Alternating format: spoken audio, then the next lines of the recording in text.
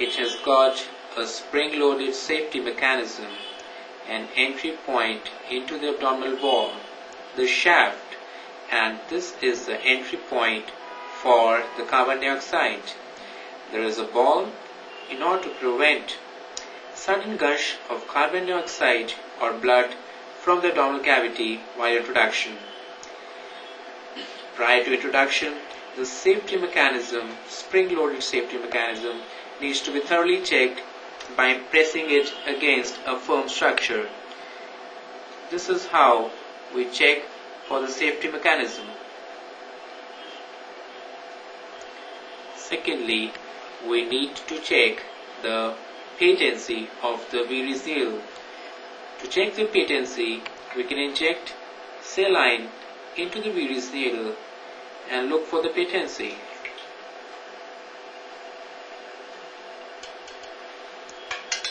While introduction, the Veery's needle needs to be held like a dart and should be pointing caudally, so that an imaginary line drawn towards the anus is the direction of the introduction of Veery's needle.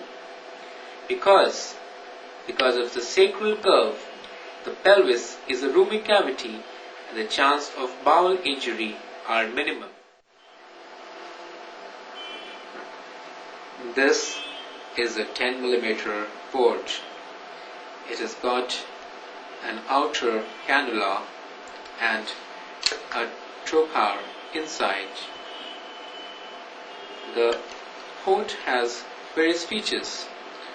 For example, the thread, which prevents its sudden coming out of the abdominal cavity.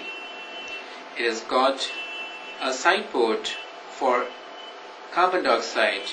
While introduction, this needs to be put in an off position, and after connecting it to the carbon dioxide, this needs to be put to an on position.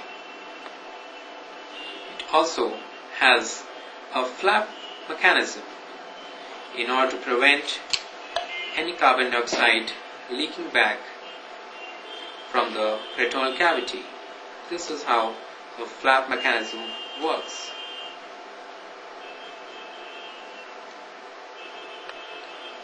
Then it has a rubber washer which forms a seal around any instrument which is introduced into the port.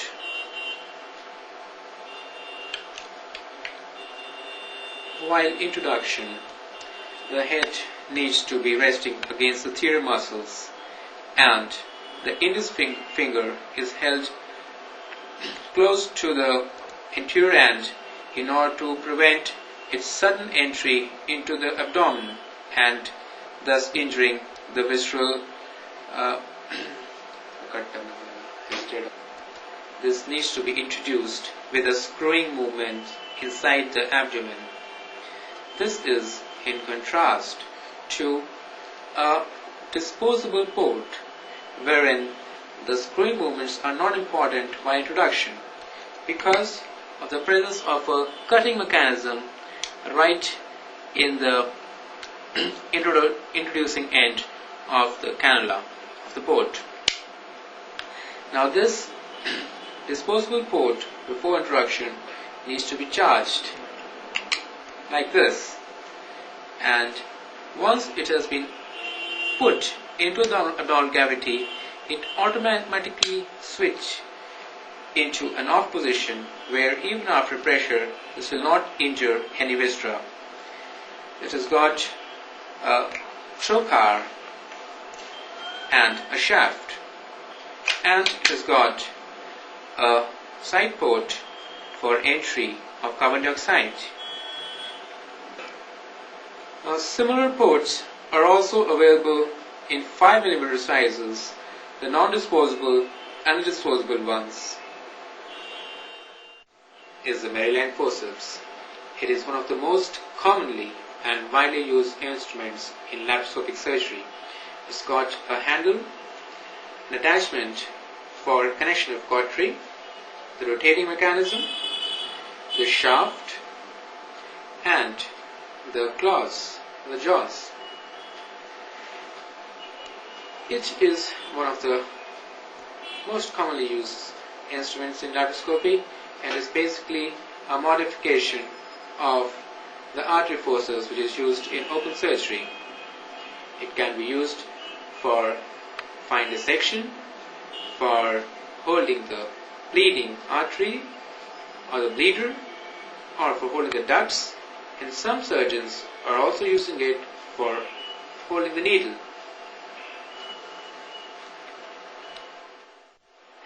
The grasper has a handle, a rotating mechanism, the shaft and the jaws, and a very unique mechanism which is the locking mechanism.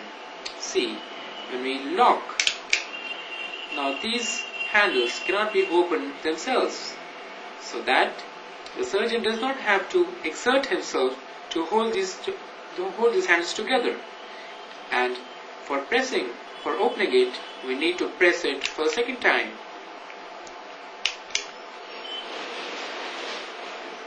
Now this grasper is used for holding the Hartmann's pouch, and together by holding the grasper in the left hand and the Maryland forceps in the right hand, dissection in the callus triangle can be carried out smoothly.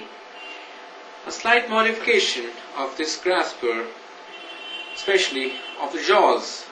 The jaws are toothed, and this has got a stronger grasp so that this can be used for holding the fundus, and depending on the skill and the preference of the surgeon, this can also be used for holding the Hartmann's pouch of the hook, and is used for removing the gallbladder from the gallbladder bed. This is a shaft which is insulated, whereas as you can see in this particular instrument, the insulation has been damaged from this portion. So before using, the surgeon needs to check the insulation. If it is damaged, this can burn the liver or the intestine and should never be used. This is the point for attachment of electric artery. It starts the irrigation into the irrigation device, and whereas when you turn it towards the other side, it starts sucking from this end, and while in the neutral position, both the ends are closed.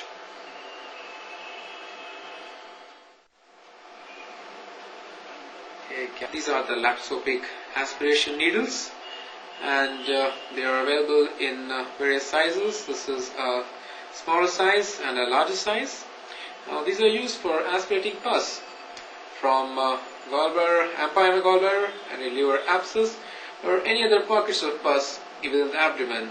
As you can see, this is the sharp end. This can be put per-abdominally into the gallbladder or any of the pus cavities for aspiration. This is the long shaft, and this is the end where it is sucked.